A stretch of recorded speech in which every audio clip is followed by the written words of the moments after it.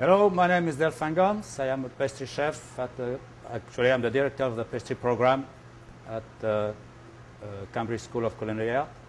And I'm going to show you how to make macarons today, French macarons. So if you are ready to go, let's go. There is simple ingredients. First, my egg whites. So to do these macarons, I have a technique a little different. I take my egg whites, which I'm going to mix them at full speed until they reach a soft peak stage. All right, so now you get into the soft peak stage here. And so now I slow down the machine. That's the key. And now slowly you add your sugar. Don't add it too fast. Okay? This is going to go about 5-6 minutes. Basically what you're looking for is for your egg whites to be shiny. The sugar inside will be completely dissolved. So one thing that you can do if you are not sure about when they are ready, just stop the machine for a second and rub those egg whites between your fingers like that. And you're going to see if you don't feel the sugar in there, your egg whites are ready. That's all you have to be concerned about. And if you do that way, your macarons are going to be perfect all the time.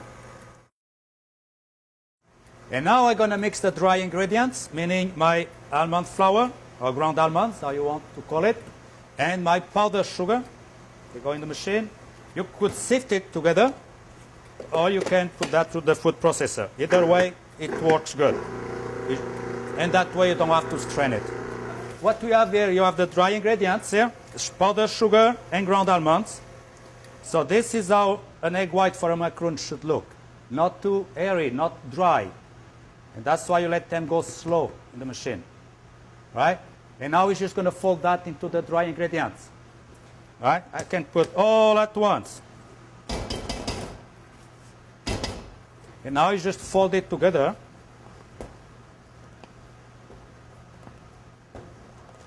Takes a little time. Oh, that's that. As soon there is no more dry ingredients, you just keep mixing. Okay, make sure it's well mixed together. Okay, don't mix too much, just but make sure everything is together. That's set. Okay, so now this is done. Again, that's our base.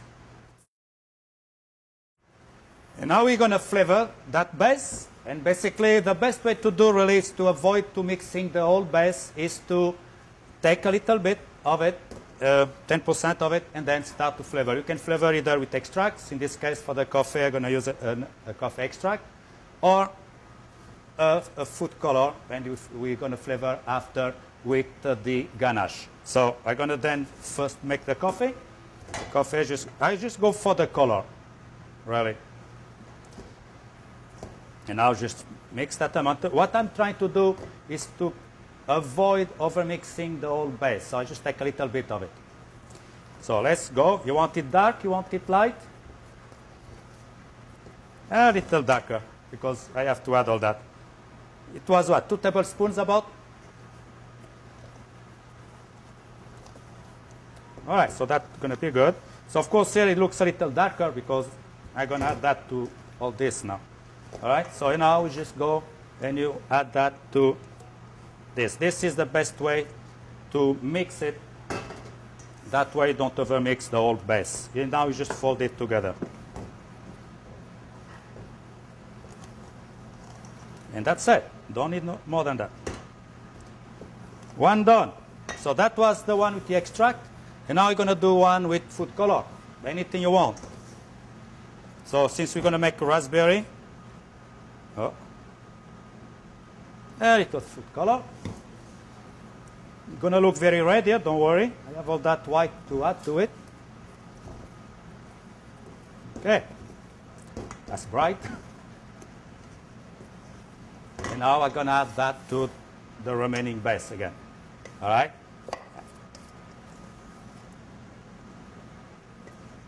Okay, and then you fold it again. Hopefully going to be red enough. So you can really decide how bright or light you want it. It's up to you. And now we are ready to pipe.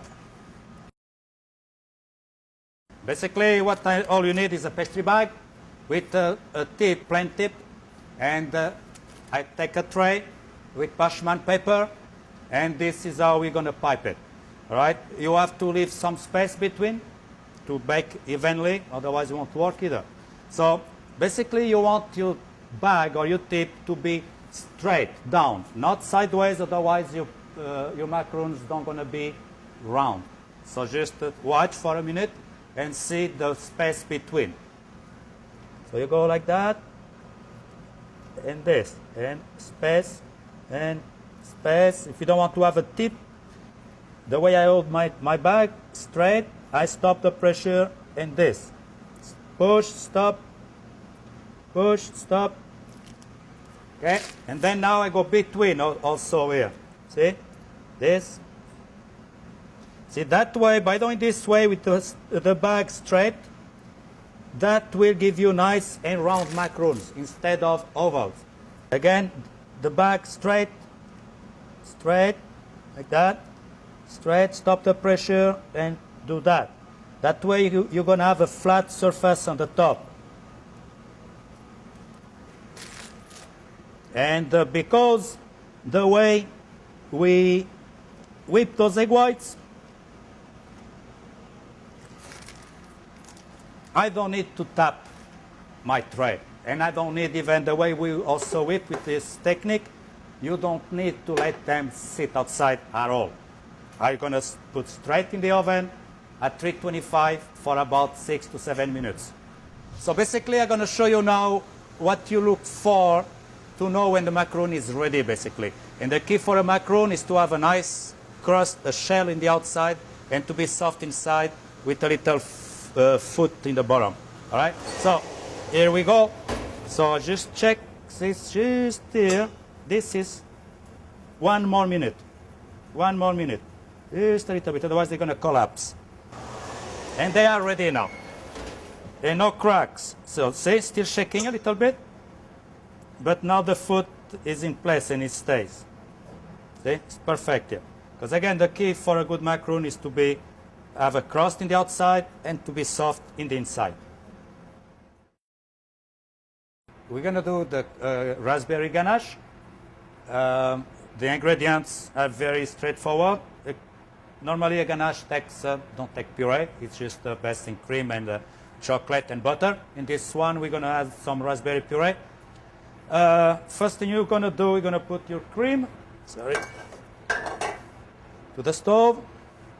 Then you put your puree and also inverted sugar, which is in this case corn syrup, if I can. And you're going to bring the whole thing to a boil. And while it boils, while it comes to a boil, we're going to I like to use a bit of sweet chocolate. In this case, this one is a 64% cocoa butter. And I'm going to be melting my chocolate while my liquids are coming to a boil. We have now the butter, which should be at room temperature, and the brandy, raspberry brandy. Those two items, they go always last. Once the liquid and the chocolate are dissolved together. So now my liquid is boiling, my raspberry puree, my cream, and my inverted sugar, corn syrup. Now I can pour it over my chocolate. Now you dissolve it.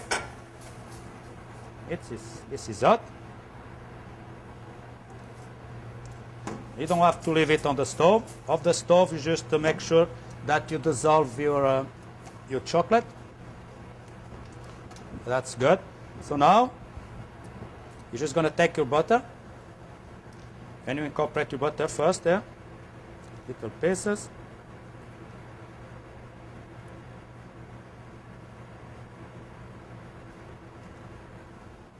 And again, dissolve your butter.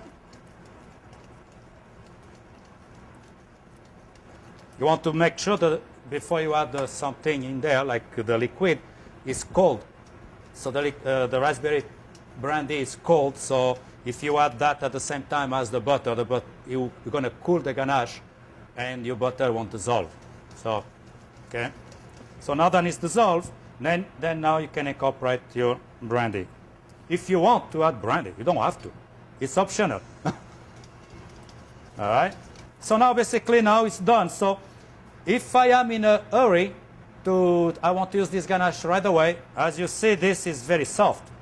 I could not pipe it nor use a spatula to spray that or do whatever I want with. So the best way, if you don't want to wait for, just put that in a nice bath. And that's going to come, you bring it to the texture that you want to. And then don't leave it too long either, otherwise it's going to get hard. So keep mixing, because otherwise the edge of the bowl, it's cold, so it's going to be lumps. So you just keep mixing it until you get the right texture. All right? Mixing constantly. And it's almost there. And that's the texture you want.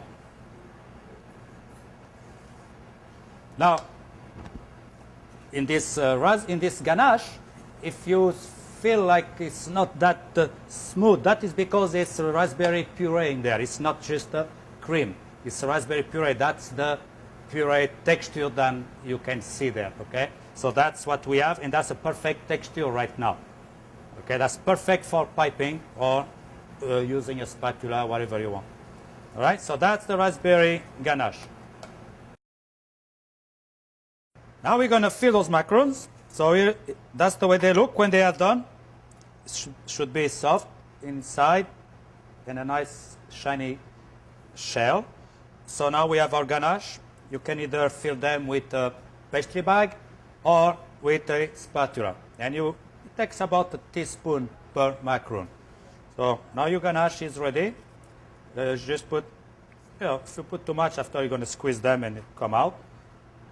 So just do this. Again, here,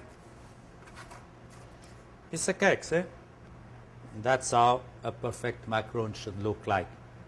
Not too much, not too little.